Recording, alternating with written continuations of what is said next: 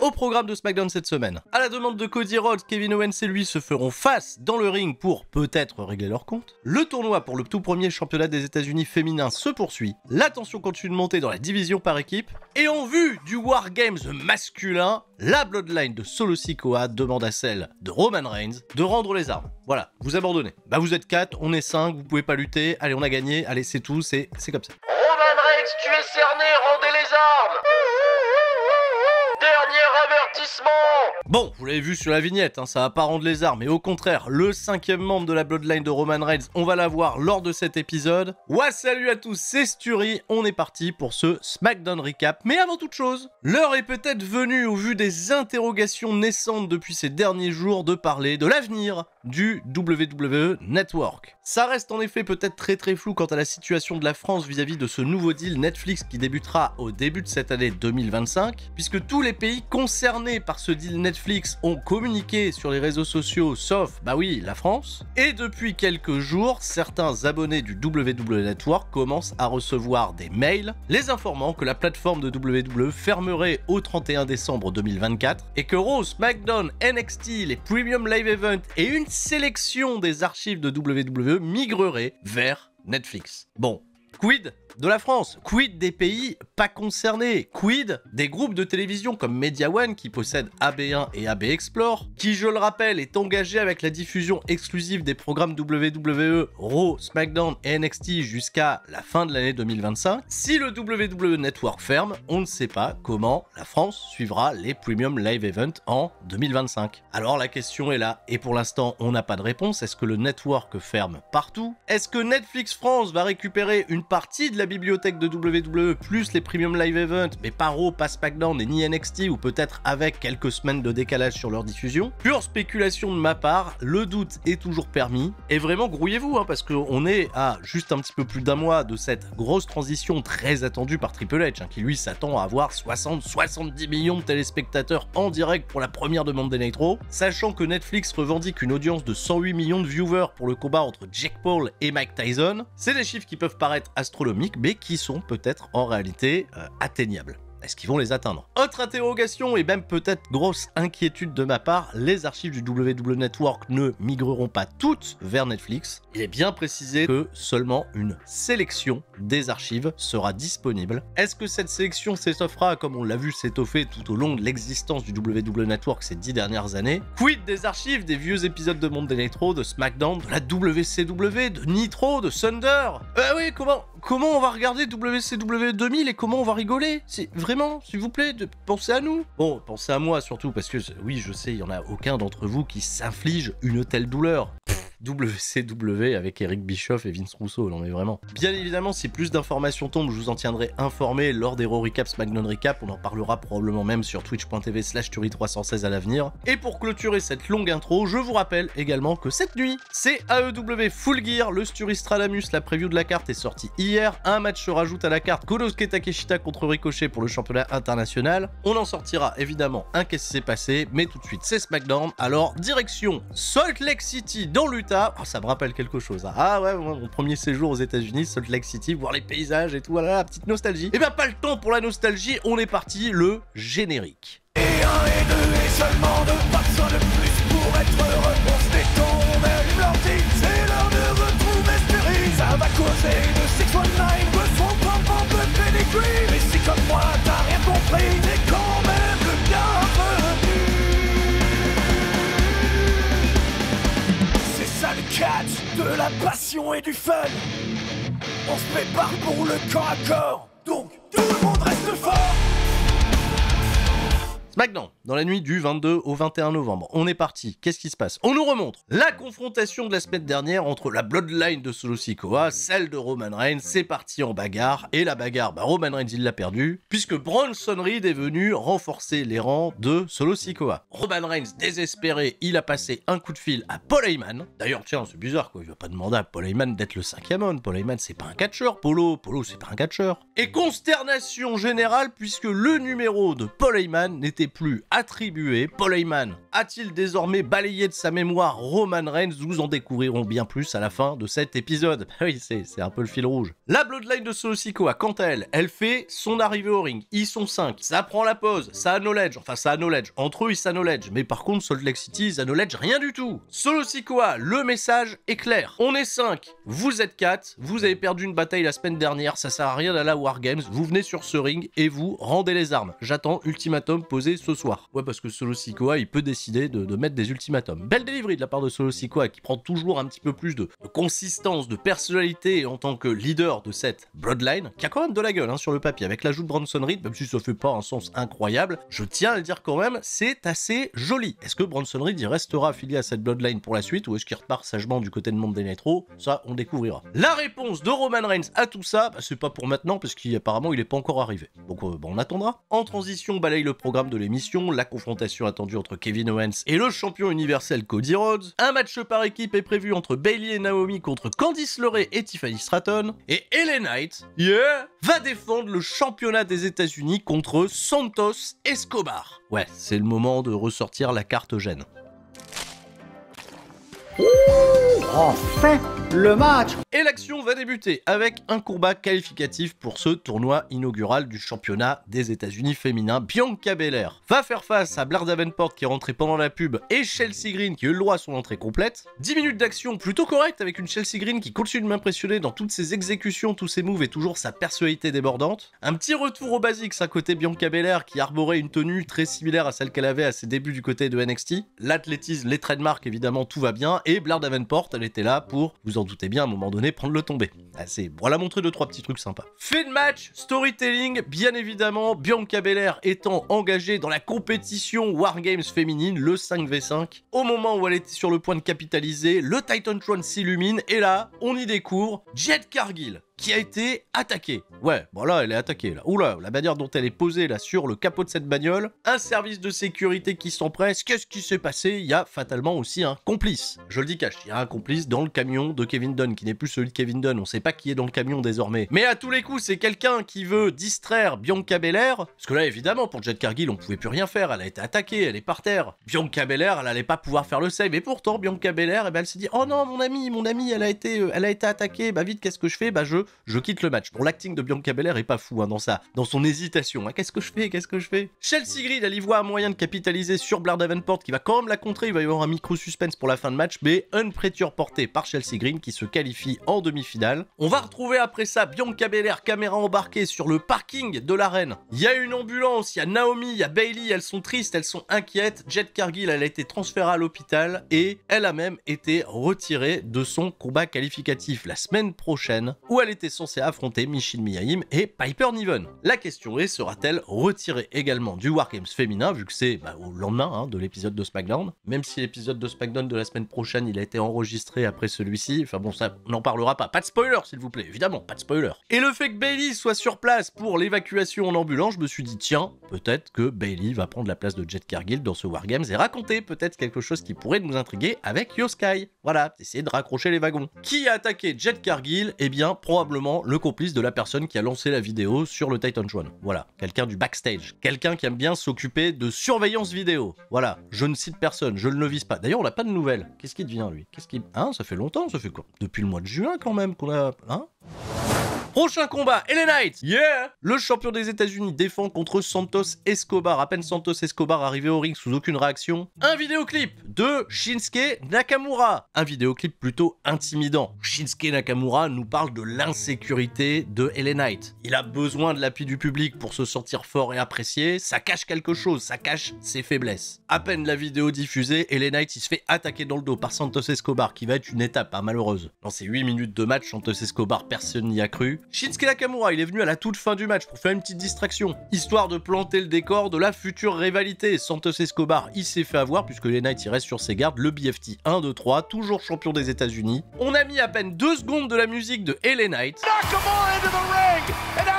Que Nakamura était déjà sur le ring pour l'attaquer. Quid de la suite, rien n'a été annoncé ni pour la semaine prochaine ni pour les Survivor Series. Ça sera probablement un programme qui aboutira pour un weekly. J'en ai peur. Bon, tant pis. On nous remontre tout le bazar dans la division division par équipe avec le combat qui avait opposé la semaine dernière les Motor City Machine Guns qui défendaient leur titre contre les Street Profits, un match qui a été arrêté suite à l'intervention de Tommaso Ciampa, Gargano qui a tenté de calmer Ciampa qui s'est fait repousser et Angelo Dawkins qui a mis une baigne. Et oui, la beignesse mon vieux Alex Shelley qui était plutôt sympa de base. Alors Gargano, encore une fois, il se confond en excuses auprès de Chris Sabin, d'Alex Shelley, mais bon Dieu, qu'est-ce que Johnny Gargano a fait aux Motor City Machine Guns pour qu'ils restent aussi unis, aussi potes, c'est incroyable, c'est beau, c'est l'amitié, et ça passe de ce fait totalement devant l'amitié avec Tommaso Ciampa qui a quand même été le témoin de son mariage. Gargano, il implore les Motor City Machine Guns, s'il vous plaît, donnez-nous une autre opportunité à Ciampa et moi, c'est pour ça qu'il se comporte mal, et les Motor City Machine Guns, il dit bah non, le match de la dernière fois il était interrompu avec Dawkins et Montesford, on va leur redonner un rematch à eux. Et arrivent les Street Profits qui mettent en garde Johnny Gargano, d'ailleurs ce soir.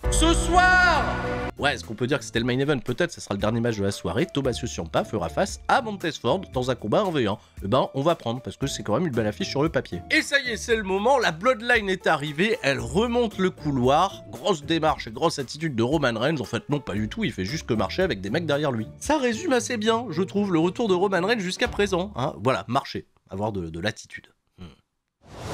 Nick Aldis, il est en investigation, il va voir Nia Jax. Bon, est-ce que c'est toi la responsable de l'attaque sur Jade Cargill? Bah évidemment, Nia Jax, elle va lui dire non. Je vais pas faire ça, j'avais l'occasion de lui cogner dessus au Wargames. Tu crois bien que je vais attendre le Wargames pour pouvoir lui casser la tronche? Non, Nia Jax, elle dit, j'étais occupé avec Tiffany Stratton pour l'aider à préparer son match. Me mêle pas à ça, tu te prends pour qui? Là, Nick Aldis, il va voir des mecs de la sécurité. À peine il a le temps de dire aux mecs de la sécurité, faites gaffe, il y a des attaques backstage, attention, c'est dangereux, c'est un environnement de catch, aïe aïe aïe. Il y a Cody Rhodes qui arrive, Cody Rhodes avec son petit survêt et tout. Là, il en a marre, hein. Il attend Kevin Owens, il veut y aller, et là, Nick Aldis lui dit bah ouais mais si tu vas sache que Kevin Owens personne l'a vu, on sait pas s'il est là. Ah ouais mais vous avez qu'à lui booker ses billets de train ou ses billets d'avion, j'en sais rien, c'est pour vous assurer que le mec va venir. Cody Rhodes il a dit rien à foutre, je vais au ring, je vais l'appeler, je vais régler tout ça. Nick Aldis il est débordé, Cody Rhodes il fait son entrée, les acclamations, les wow Kevin Owens ça ramène ton cul parce que là il y en a marre. Et Kevin Owens bah finalement il est bien à Salt Lake City, il arrive par le public, il a dit regarde je me suis fait beau, j'ai mis mon plus beau débardeur et toi tu me fais pas le privilège de venir en costard hein, pour faire le politique. Oula,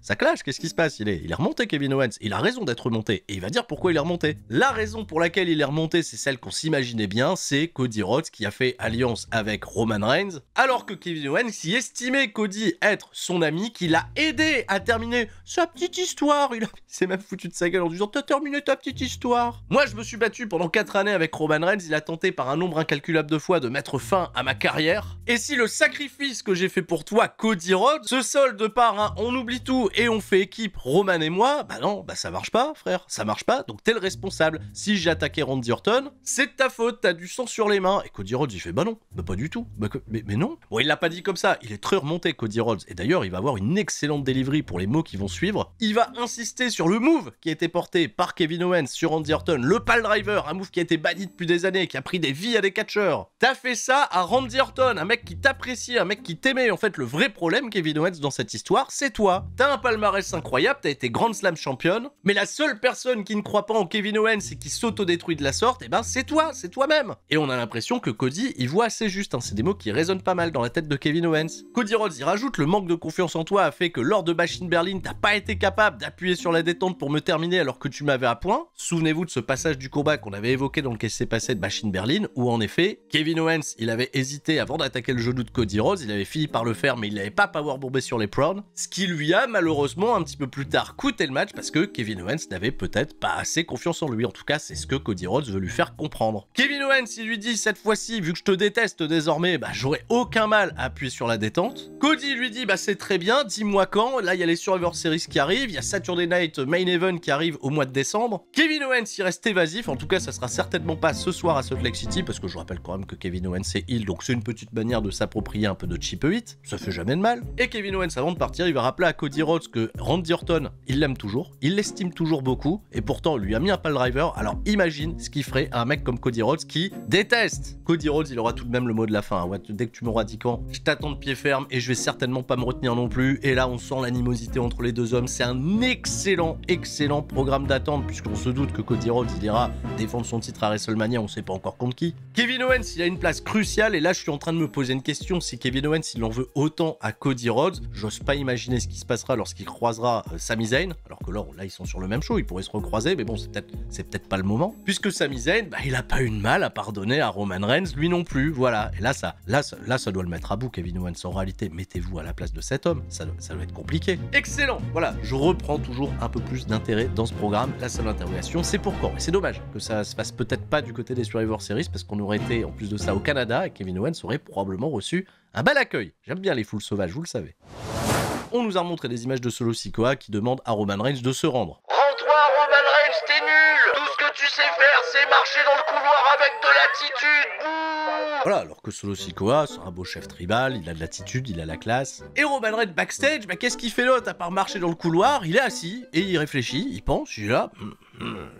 Il y a les autres membres de sa bloodline qui sont là. Bah ouais, mais qu'est-ce qu'on fait? On a demandé à tout le monde, on n'a pas de 5e membre, c'est la merde. Et là, Roman Reigns, il a un éclair de génie. Il fait bah on s'en fout, on est 4, c'est ce qui compte. Et bah on y va à 4, on fait un 4 contre 5. Au moins voilà, on meurt au combat, mais on meurt avec fierté. Voilà, mais t'as un plan?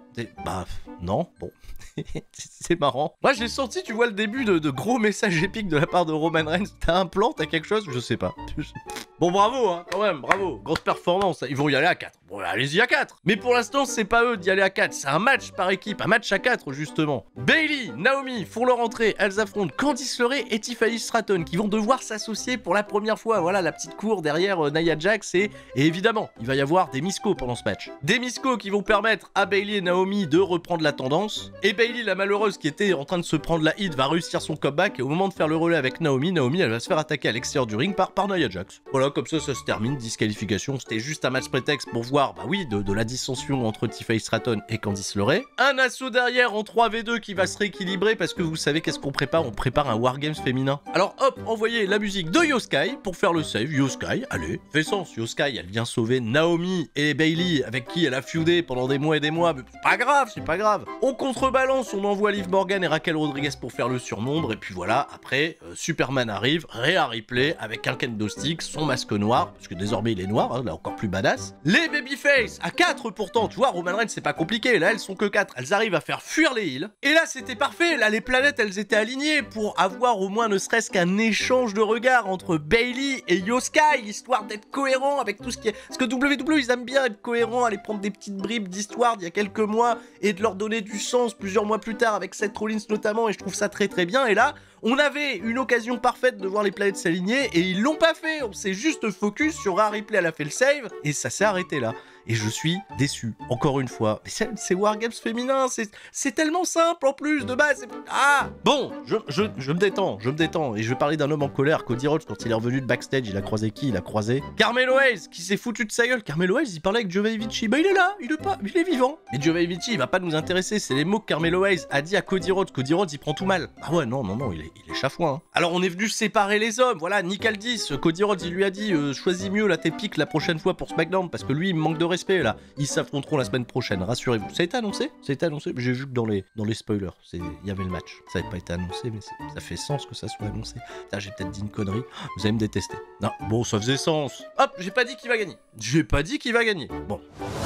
Montesford contre Tommaso Ciampa. Excellent. Un bon match de catch. 8 minutes avec un Tommaso Ciampa beaucoup plus agressif, beaucoup plus sur les nerfs. Un Montesford dans une compétition single, c'est ce qu'on attend tous. Avec en plus de ça, son style aérien, ça nous régale, les combinaisons sont bonnes. Et au final, après que Tommaso Ciampa se soit agacé de pas réussir à terminer Montesford, il va se faire piéger. Et tu vois, des fois, il y a des roll-ups dans l'histoire du catch, je les aime bien. Et ceux-là, ce sont des bons roll-ups. C'est un roll-up qui permet de frustrer encore un peu plus Tommaso Ciampa, qui va se faire contrer une belle manœuvre. Montesford va gagner, à peine il a le temps de célébrer que Ciampa va le attaquer. Angelo Dawkins va faire le save, Gargano il va lui dire mais non, attaquez pas Tommaso Ciampa, c'est un gentil en vrai, bah arrête de défendre ton pote, il se comporte comme un con. Les Motor City Machine Guns se radinent aussi, Ciampa il repousse Gargano il reste dans le ring avec les champions et Ciampa il lui dit clairement alors que c'est quoi, c'est moi ou c'est eux, bah voilà, c'est la vraie question, celle qu'on se pose, c'est moi ou c'est eux. Et je me corrige, voilà, parce que là j'ai le visuel sous les yeux, il y a bien Carmelo Hayes contre Cody Rhodes qui a été annoncé. Oh là là, j'ai eu peur de spoiler. Oh la vache, oui, c'est annoncé, c'est bon. Ouf. Allez, le dernier segment. Solo Sikoa et sa bloodline, ils font leur arrivée au ring. On n'a plus le temps de parler là, on a juste levé le doigt. Hop, musique de Roman Reigns. Pam, pam, pam. Roman Reigns, il marche avec de l'attitude, bien évidemment, avec Jey Uso, Jimmy Uso, Sami Zayn flanqué derrière lui. Il marche tellement avec de l'attitude que lui, il lève même pas le doigt. Ils ont même pas levé le doigt. On arrive, on se fait face. Et Solo Sikoa, il va prendre le micro. Il va leur dire, allez, c'est bon maintenant. Rendez les armes. Rends les armes, Roman Reigns, t'as même pas levé ton doigt, bouh.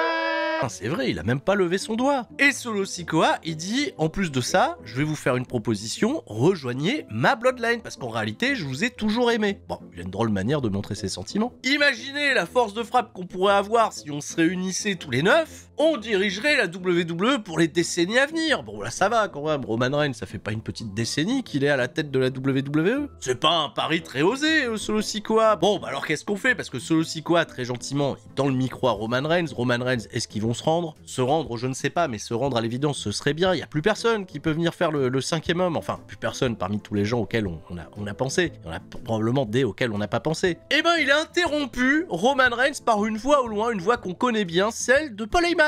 Eh ben, mon Polo, qu'est-ce qu'il fout là? Bah, mais pourtant, il a pas répondu à son téléphone. Mais comment il était au courant? Oh, je sais, il a peut-être regardé SmackDown la semaine dernière, il s'est dit, oh, Roman Reigns, il essaye de m'appeler, et j'ai oublié de lui dire que j'avais changé de numéro. Petit cachotier, Paul Heyman, il nous annonce qu'il sera bien le 5e membre et qu'il va catcher aux côtés de Roman Reigns. Non, pas du tout, pas du tout. Il va nous dire qu'un 5 contre 5, c'est mieux qu'un 4v5, on fait un Wargame 5v5 et j'ai le 5e membre. Quoi? Ouais, Paul Heyman, il a dit, j'ai le 5e membre. Il s'est tourné vers le Titan Tron, il l'a pointé, et là... Non, c'était... Bah non, j'imagine, The Rizzler qui arrive et tout. Non, c'est pas ça. Il s'est tourné vers le Titan Tron et il a annoncé le 5e membre. Ah ouais, très bien. CM Punk. Et CM Punk, il a pas demandé l'heure, hein. Lui aussi, il a marché avec de l'attitude, il a pas levé son doigt, il a juste venu à la bagarre. On a terminé avec une spear, un go to sleep en stéréo et Roman Reigns et CM Punk qui se font un petit stare down. Paul Heyman qui est venu se glisser là et se foutre entre les deux pour dire il est bien mon plan, C'est Paul Heyman après tout, bien évidemment qu'il a toujours un plan lui. Roman Reigns, lui, il avait pas trop de plan, il est là, il sait pas trop, il dit bah ouais, mais c'est mon wise man. Ouais, ça c'est ce que tu penses. Et là, on sent quand même que la pièce elle est un peu trop petite pour contenir deux égos aussi important. Quoi qu'il en soit, les Wargames vont être une poudrière, et est-ce que ce choix de CM Punk en tant que 5e membre est cohérent? Bah en fait, si on remonte un petit peu, bah oui. Roman Reigns, il a cherché à prendre conseil auprès de Paul Heyman, donc Paul Heyman, bon il a pas pu décrocher son téléphone, bon là l'histoire du téléphone elle est un petit peu floue, mais bref. Paul Heyman, vers qui il s'est tourné? Il s'est tourné vers CM Punk, qui est un homme de confiance, ils se doivent des petits services. Et en plus de ça, ça alimente un feu sur lequel j'aime bien qu'on marche, c'est le feu entre Seth Rollins et CM Punk, parce que là où Seth Rollins a dit non, pour des raisons valables et éthiques, CM Punk, il sait très bien que ça va faire chier aussi Seth Rollins de prendre cette place, et ça rajoutera un sou à la musique pour construire le programme d'après. Et c'est pas si con. De ce fait, bah oui, je suis impliqué, je trouve ça bien. Quid cependant, et un gros quid cela dit, parce que je l'ai remarqué, vous aussi, certains l'ont remarqué sur les réseaux sociaux, mais oui, comment il est habillé Paul Heyman? Comment t'es habillé? Comment il est sapé, Paul Heyman? Comment ça, Paul Heyman, il est pas en costard et il porte un t-shirt rouge avec une petite veste noire et le petit mouchoir rouge là qui sort de... J'ai déjà vu ce look-là? Je l'ai déjà vu ce look. Oh là là. WWE, nous l'ont dit, hein, il va falloir faire attention, très attention aux détails, et peut-être que c'est un détail qui ne vous échappera pas. Par contre, il y a des détails sur lesquels on n'a aucune explication encore pour le moment, à savoir, bah oui, le fameux téléphone qu'il avait jeté Sami Zayn, là, hein, est-ce que Sami Zayn, il a envie de faire équipe avec CM Punk? Ça relance de ce fait l'intérêt pour les Survivor Series Wargames. Je vous dis à la prochaine, c'était Sturi, c'est la fin de ce SmackDown Recap. Restez forts, bon visionnage d'AEW Full Gear pour tous ceux qui le regarderont en direct. Et on se retrouve déjà demain en live sur twitch.tv/Sturi316 pour la suite de nos aventures sur MyGM en compagnie de Monsieur Hawkin, Univers Catch, et ce bon vieux Trafalgar à qui je dois aller récupérer ma première place. Des bisous, restez forts, ciao bye bye. Et lâchez un pouce bleu.